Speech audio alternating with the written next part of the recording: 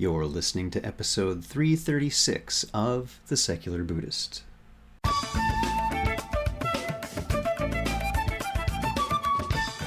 Welcome to The Secular Buddhist. I'm Ted Meissner. The Secular Buddhist is the official podcast of the Secular Buddhist Association, a grassroots-driven effort to answer the needs of secular teaching and practice for contemporary society.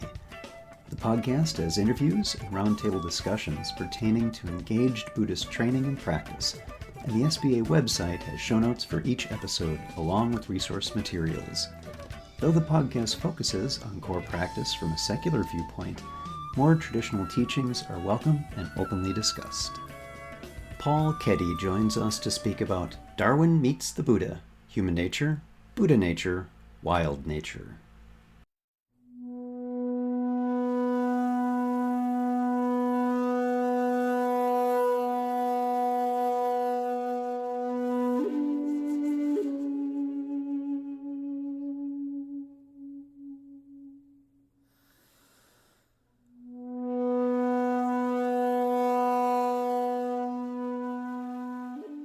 Hi everyone. Just a reminder that this podcast and all the other offerings by the Secular Buddhist Association can't continue without your support. Visit secularbuddhism.org and click on the contributions button if you find value in what the SBA has made freely available for over 10 years now. Thank you for your generosity and your care. The interconnectedness of all life sometimes takes a back seat in Buddhism, with the spotlight going to lists in service of release from rounds of rebirth. The earning of that freedom, however, happens in samsara, and deep insights about interdependent origination and all the gems of Buddhist thought can be found in the direct experience of the natural world. Dr. Paul Keddy has been a professor of ecology for 30 years, has published over 100 scholarly papers and 6 books.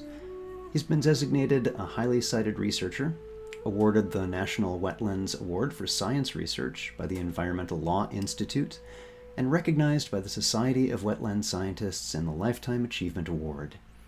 The focus of his work has been upon the principles that organize plant communities, with particular emphasis upon wetlands. Paul has been a Buddhist practitioner since the early 1980s. So, sit back, relax, and have a nice backcountry tea. Hi, everyone. Our guest today is Paul Keddy. Paul, welcome to the podcast. Nice to see you. Hello, Ted. Nice to see you as well. And for those of you who are listening to this interview, I need to say that it's been just delightful over the past week. Paul and I have been exchanging emails and really enjoying our love for nature together. He's been sending me the most lovely pictures. So I've really been looking forward to this. And we're also creating a video version of this, and I will be linking to that on the episode page for this episode. So if you're curious what we both look like, there will be a video version for you to look at as well. And what I'd like to do is start by asking you, Paul, if you would tell us a bit about your background, yourself, and well, we'll eventually get to our topic of the book, but for right now, just tell us about yourself. Well, why don't we start where I am now, which is in the forest in Ontario on a dead-end road where I've been for the past decade.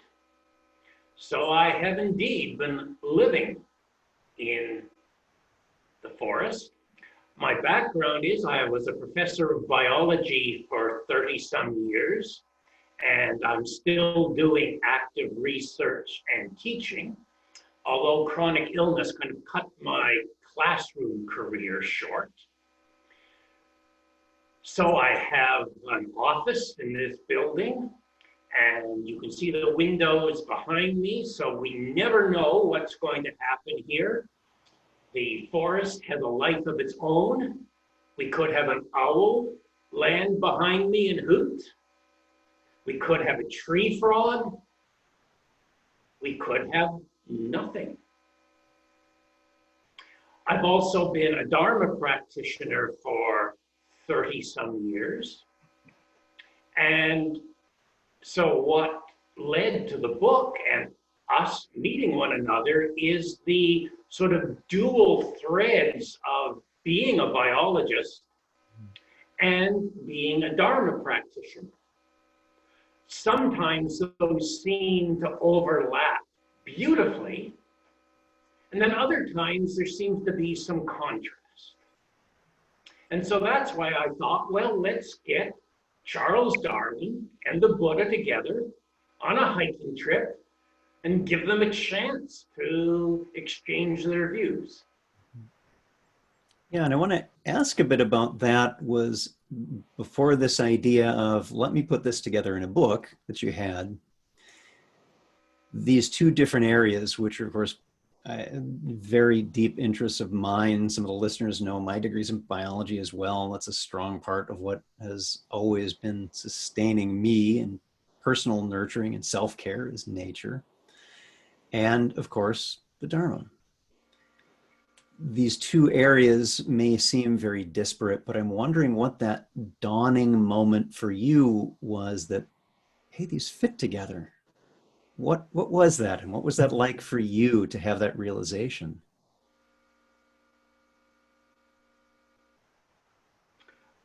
I'm not sure that we would say there was a particular aha moment. I mean, if we read traditional texts, you could imagine I was sitting or bird watching and boom, suddenly the splash occurs and I turn bright turquoise and a third eye opens. No, it wasn't like that at all. It was like doing Buddhist practices and continually feeling that, oh, yes, what I'm being told makes sense. But it often felt like the people teaching me the Dharma were not seeing some element of it that I was experiencing because of my biology background. And it became quite clear to me that, yes, many of the Buddhist teachers who have brought the Dharma to North America, and to whom I'm very grateful, many of them do not have a sound background in biology or even in Western sciences. And as I say, opening the book, I mean, sometimes the attempt to accommodate science means that somebody drops into their Dharma talk an expression like quantum physics. And it's inappropriate. Yeah. It's maybe an attempt to make the practice seem somehow connected with Western science. But it's more like been a burr in the saddle, where you feel this thing continually on your path, that there's some contrast that something we need to bring back together. And I think in the book, I use the analogy of binoculars, that you need both eyes to make a pair of binoculars work. And one is sort of modern Western science, biology in particular, because biology is something we all experience. I mean, quantum physics, all right, people use the word, but most people don't know what it means. But everybody can see a bird, can take a canoe trip, or they can look at their own hand and say, look, I'm a primate. I have the same type of hand, not only as primates, the raccoons that walk through my backyard are like this. So people can naturally connect to biology at the same time as they're absorbing the Buddhist practices. So I'm wondering if you might help some of the listeners who may be very familiar with Buddhist thought, but it may have been a while since they had some basics of evolution in Biology 101 once upon a time. I wonder if you might share some of those principles that might show up in the book, or just general ideas that contribute to this understanding you're describing that might be helpful to them? Well, why don't we start off with two? I'm going right view and dukkha. And if I forget dukkha, you can remind me. But let's start with right view, which we're told is the absolute foundation of our practice. Whether you're sitting on your cushion or trying to deal with a busy day in the office, holding the right view is essential. Well, from the point of view of evolutionary biology, right view means, oh, I am a living being, and what I'm experiencing is 500 million years of evolution that have produced my mind and my body and my senses. So actually, even when we're sitting on the cushion, the very body that we have and the very mind that we have goes back millions of generations. So we talk about making friends with ourselves. That's one way of describing the path. Well, that means, when we feel anger, I don't know about you, but I find myself occasionally experiencing that emotion. Or lust. Gee, I think I felt that too. Well, instead of condemning them or immediately thinking, oh, I need to apply an antidote right away, we say, oh, look at this. Anger, aggression has been a part of our experience as living organisms for millions of years. Horses feel aggression. Elephants feel aggression. Frogs feel aggression. Salamanders feel aggression. And I'm reliably told that they also feel lust, because that's what makes them make more of themselves. So from that perspective, the absolute fundamental experiences we have actually are rooted in our evolutionary history. So we can kind of respect them. Oh, that is what we are. And so when we talk about accepting what is, part of that is accepting, hey, I'm a living being and I've inherited all this baggage that includes anger and lust. Now, getting back to the second point, dukkha, suffering, craving, the first noble truth.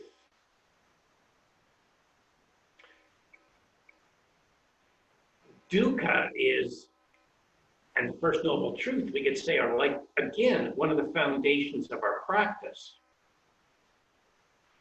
I don't think it's often adequately explained that craving, again, has biological roots. Even a poor old lobster on the bottom of the ocean is craving something dead to drift down from the top and land where he can eat it, or she can eat it. So, craving has a biological basis. Guess what? We want resources, we want food, we want mates, and ancestors who didn't crave didn't survive. So craving, I'm increasingly thinking, I can practice a very long time, and I have the sense that probably I'm still going to feel craving because it is just part of biology. And guess what? All the other organisms that we see out there, wherever we see them, they're probably feeling that too. And so we could have some compassion for them. So say a bit about the format of the book. What does that look like when someone opens it up? What is the structure?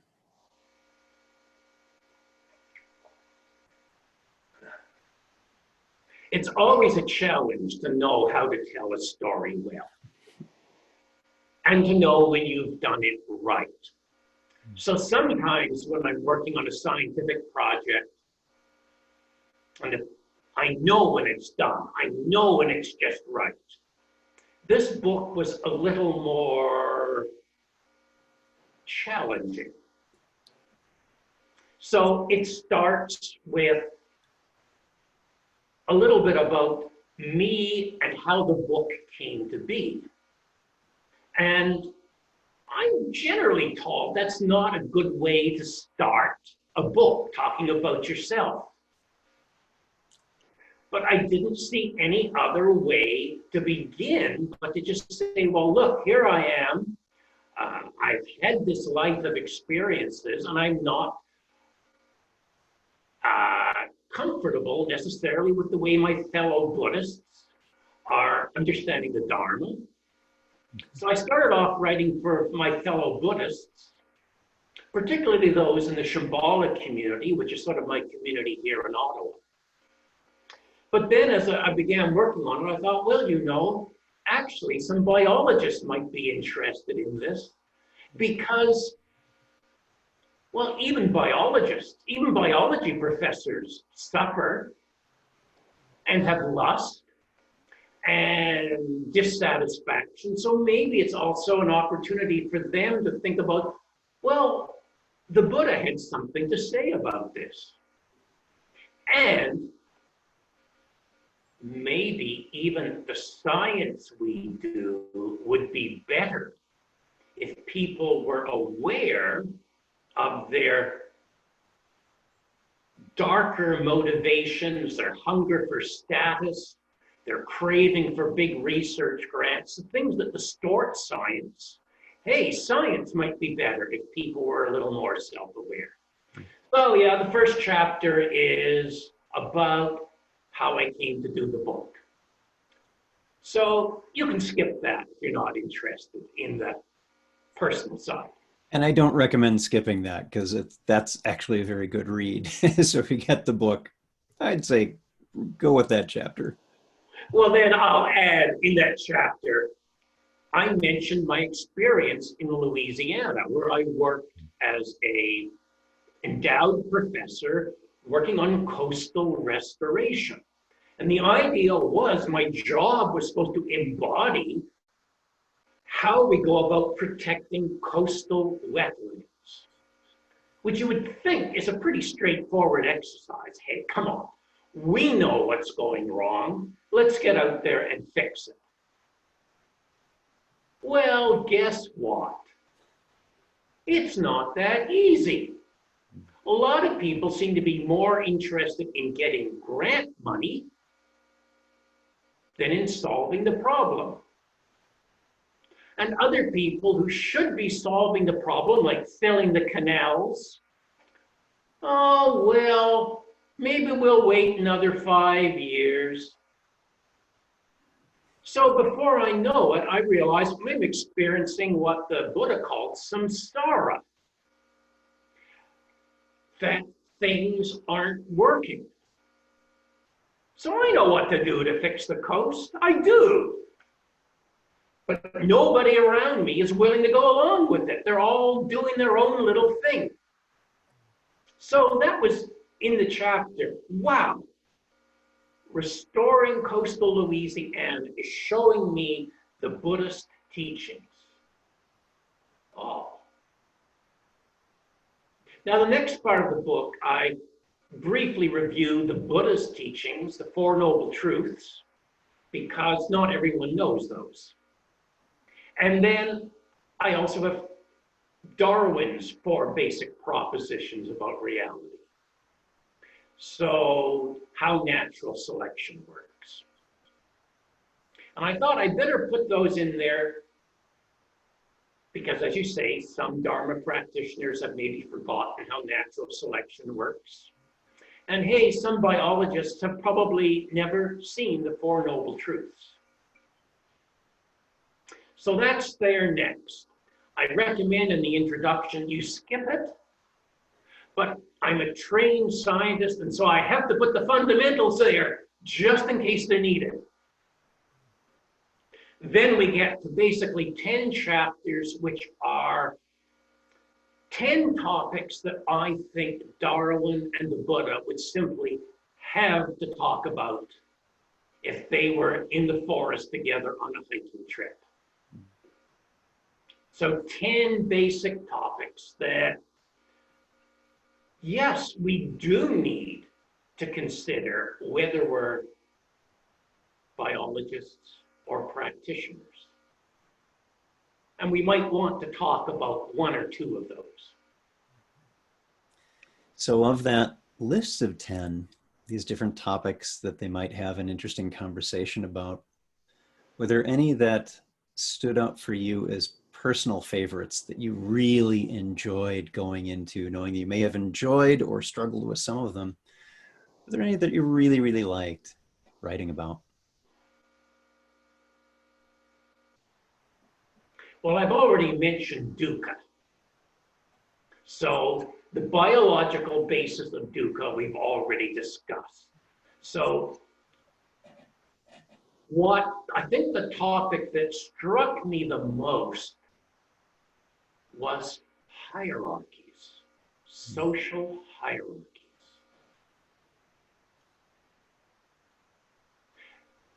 Because it seems that our species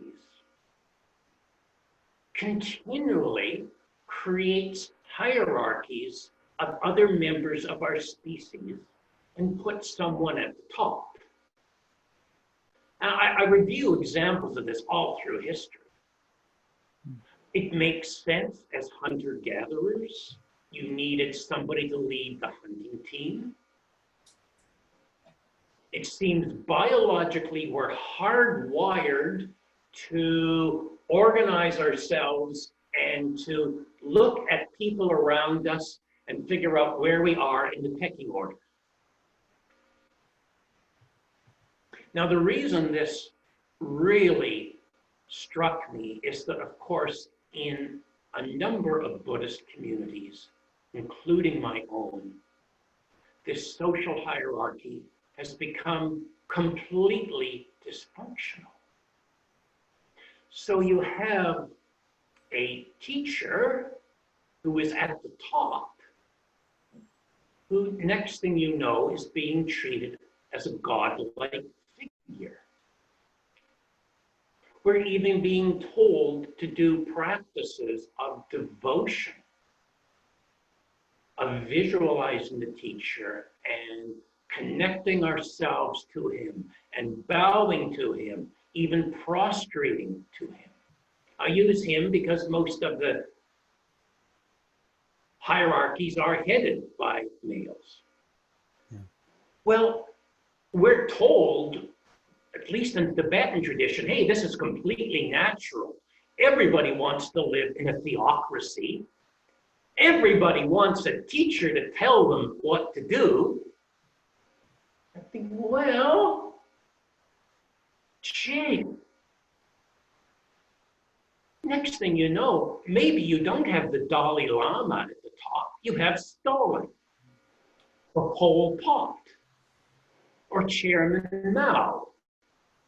So we know from human history that hierarchies, even if we set them up with the best of intentions, very quickly become dysfunctional and actually cause a great deal of harm. And I'm watching, as I'm writing this book, my own community filled with people I love and people I respect. I'm watching it tear itself apart over who is who in the hierarchy, who's authorized to teach, who's authorized to give certain transmissions. And hey, what do you do when your teacher takes money or soaks another student? They're at the top. What are you supposed to make of that? So for me, hierarchies and how we create them and then get trapped within them, that to me was the chapter that just kept coming back, and it still wakes me up at night. Yeah. And you're not alone in this. Listeners to the podcast have sometimes heard me recount about my start with Buddhism and Zen, and that was with a center that was going through its own schism. And those fractures were very deep, and staying with it, in a way, I was very fortunate, because as I approached this group, it really set a foundation of going in eyes wide open, that these are people and there are particular motivations that are natural and human, and they still exist even here, and to set boundaries and care for oneself in this practice, and not get caught up in the worship of an individual, no matter what, that can be quite harmful. And so instead, receiving the practice in a way that is one that is still challenging, can still be really hard to do, like good exercise can be really hard to do, and know it by its fruit, its phala, by what comes from those intentional efforts. And so in some ways, I'm very fortunate that that was the condition that was set up when I began. And it sounds like that is something that is a struggle for many centers. And then, yes, it's people we love, and it's people that we love. And we all have some biases and things we don't see and flaws. And where are the appropriate boundaries around those so that we can continue to be safe in our practice and our engagement? So thank you for bringing that up. And I think the point where I tried to interrupt you earlier when I said Ted was simply that it is so seductive. It is so seductive that we really want, don't we? We want a mommy and a daddy to tell us what to do, at least part of us.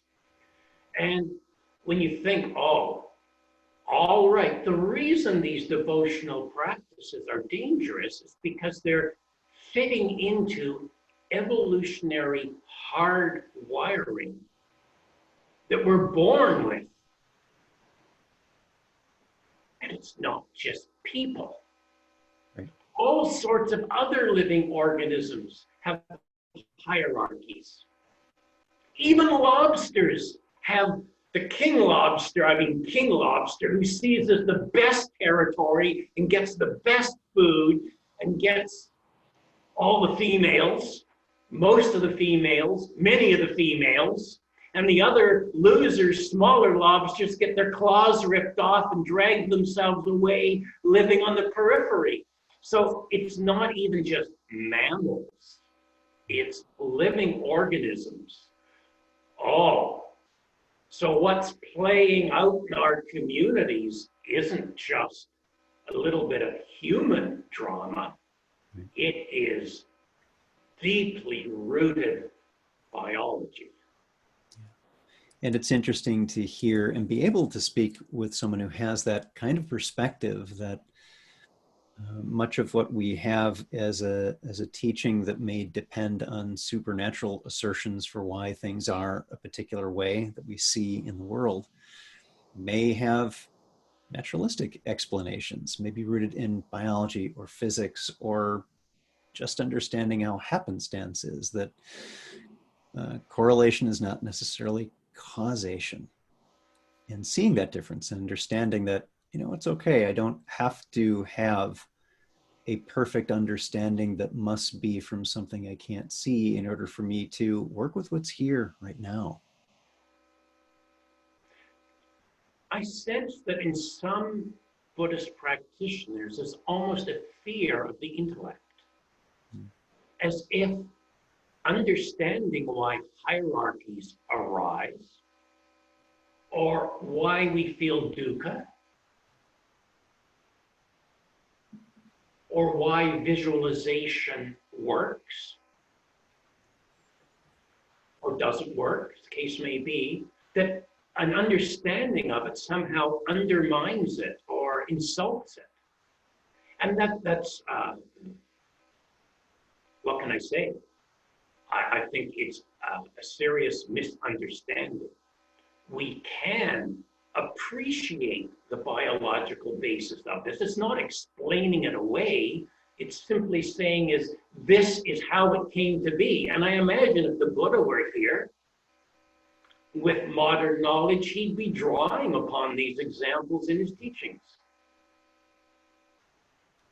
Yeah, and as you were saying in the beginning, and this is one of the reasons I'm so glad you started with it, is there's an understanding of having an emotional life, experiencing anger, experiencing confusion or fear, these things which are rooted in our experience in evolution. It's part of how we survived, became safe, why we are pattern-seeing creatures who sometimes experience pareidolia. We may see patterns that aren't necessarily accurate, a reflection of reality, but that those explanations doesn't mean that we don't still feel, and that having a perspective that is inclusive of a scientific interpretation of the world doesn't mean there isn't still love and fear and suffering and that full range of human experience.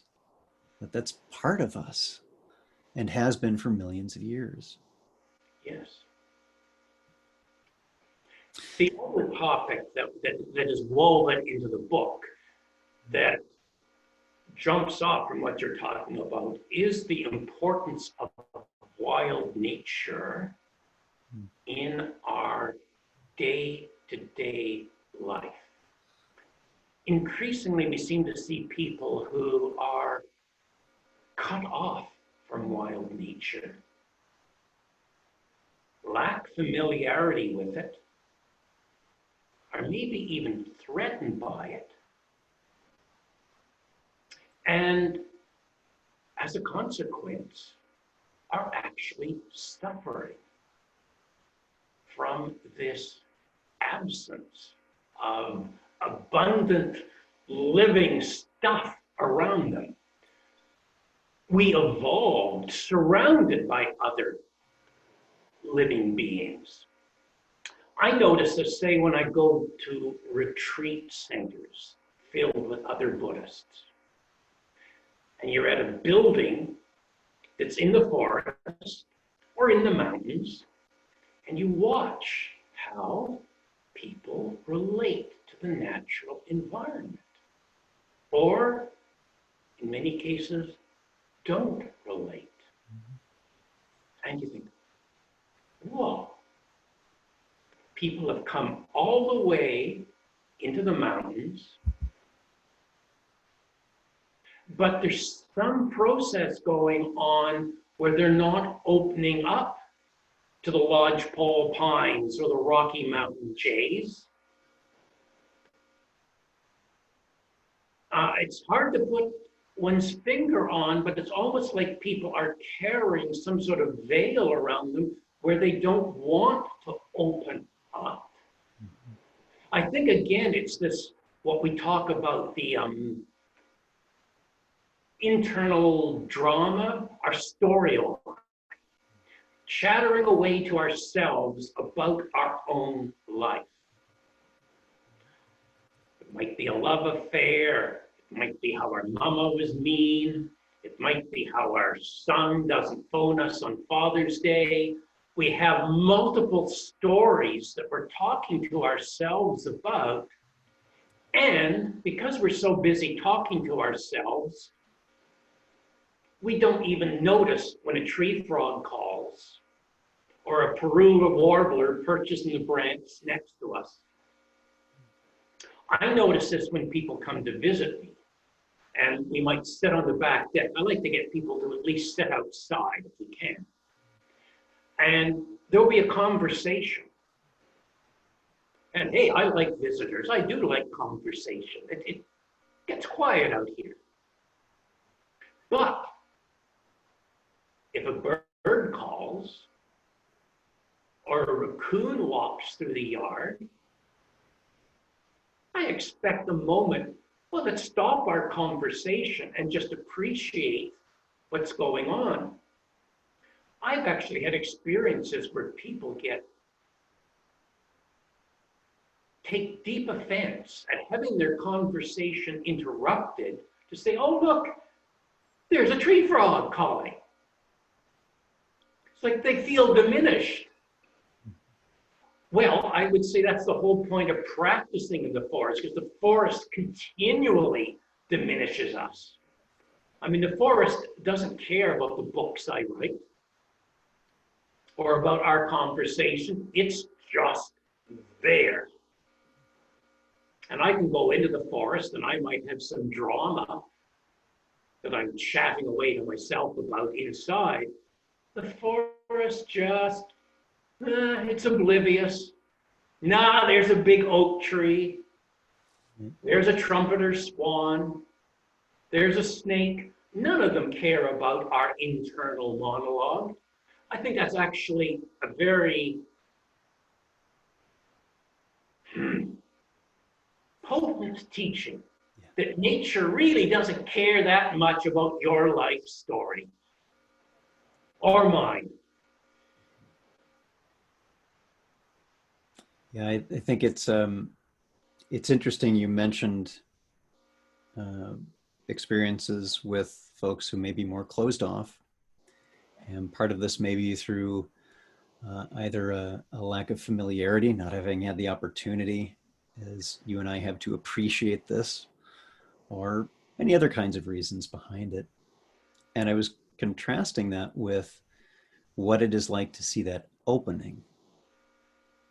The interview prior to this one with your fellow Canadian, Ajahn Songa, we have in common Bhante Gunaratna, the Bhavana Society. And I'm recalling a moment on a retreat there, walking through the forest. And of course, there are kutis, little huts where others are staying. And there was one fellow who was on a retreat that I was on as well, and he was just standing on the steps in front of his kuti, facing outward, eyes closed, with what seemed to me, and of course this is an interpretation, to be an absolutely blissful state of being connected with this beautiful surrounding in which he found himself deeply listening and receiving this natural environment. And it was, and that was many, many years ago. And that these moments of what, at least, again, I'm interpreting and could be wrong, it seemed to be a beautiful opening and deep connection with just being present with what's here, and the depth and the power of being able to connect in this way, with that which does not care about our narrative and our story, and letting that go. And what is that like too? I like the way you explained that, the narrative, letting go of the narrative. And even the most small incident can trigger that if you're open to the experience. So I try to describe that in the book, that when you're on a hiking trip, you can have your internal narrative, which is about how steep the trail is, or your backpack is heavy. Or you can notice, oh, look, there's a large leaf magnolia. And the moment of seeing this incredibly different tree, which only grows in the southern Appalachians, can just trigger that. Yeah. It can happen. And in a sense, our experience of being on the trail, which I tried to weave into the book, of being on a hiking trip, that experience of being open to incidences which cut through the narrative and just expose you, that can happen again and again and again. And it seems that, at least my experience, is that wild nature is capable of doing that continuously. Yeah. Whereas in the city, it seems that in the city you can carry a narrative a little more easily because you're surrounded with other human beings, and there's stores and advertising signs and cars, and these things all seem to feed back into the narrative rather than cutting through it. At least They're that's designed to enhance it in many ways. Yes, exactly. The cities, we built the cities almost to enhance and maintain our narrative. Kind of like Facebook, if we're allowed to mention that. The phenomenon is amazing that it's like a platform that is engineered to work with the most basic cravings of human beings: attention, virtue signaling. I'm alive because people are looking at me. How many likes can I get? Here's a dopamine hit from another one showing up. Great. Yeah. That, to me, is a classic example of us talking about how we create in our urban environments, particularly situations that seem to maintain the illusion and the narrative rather than cutting through it. Yeah, I'm with you on that, Paul. So I'm wondering if there's anything else in particular you'd like to share with the listeners before I let you go, and knowing that, of course, we could talk for hours, but I want to be respectful of your time and for the listeners as well. If there's something in particular that you'd like to open up with them about. Well, Ted, I would say that actually we've covered some pretty thorny topics: craving, hierarchies, letting go of our internal narrative. So I'm not sure there is a lot more to say, except maybe to come back to the very beginning about being kind to ourselves. It seems, if we think about our fellow practitioners, it's very easy for people to become aggressive with themselves and to take an old figure of speech from the 1960s, to lay a trip on themselves. Yeah. I'm a bad person if I don't do Nundro. I'm a bad person if I don't go to see such and such a teacher. And perhaps if we look at our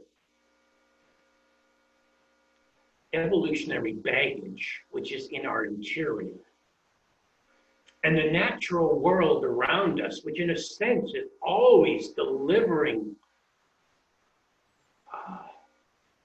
messages about waking up, possibly we could be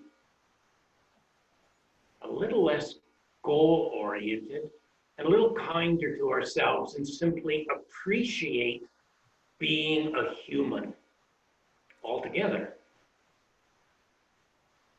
Yeah. A human who doesn't have to be separated from our natural way of being, that millions of years have led to this moment and this choice, and how we meet being an evolved being, a social creature that may like the company of others sometimes and can also perhaps see the value in just connecting with nature itself. It's there all the time. Just so. Well, thank you, Paul. And for those who are listening again, if you're receiving this podcast in the usual way, you might want to come to the episode page for a couple of reasons. Of course, as usual, I will have a link to the book we've been talking about here. I do that with all of the authors that we bring on. But also, I'll see if I can provide a link to the video that was taken for today's session as well. Our guest, Paul Keddy. Paul, thank you so much for being here. I've really enjoyed this conversation. Thank you so much. Thank you so much for the invitation, Ted. I've really enjoyed talking with you.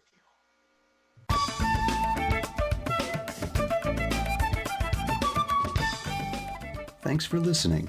If you'd like to learn more about something you've heard in today's podcast, please come visit the SBA website at secularbuddhism.org, and you'll find an entire webpage devoted to this and every episode. Discussion about this episode can be found on the episode page itself, along with show notes. The music for The Secular Buddhist is used by permission from John Kaizen Neptune's CD, Steps in Time. Additional music is provided courtesy of Monty Levinson of Taihei Shakuhachi and Rodrigo Rodriguez. Their websites are linked on the SBA site on the About Podcast Music page. Until next time, remember, every moment you have a choice. Make it the best you can. See you next time on The Secular Buddhist.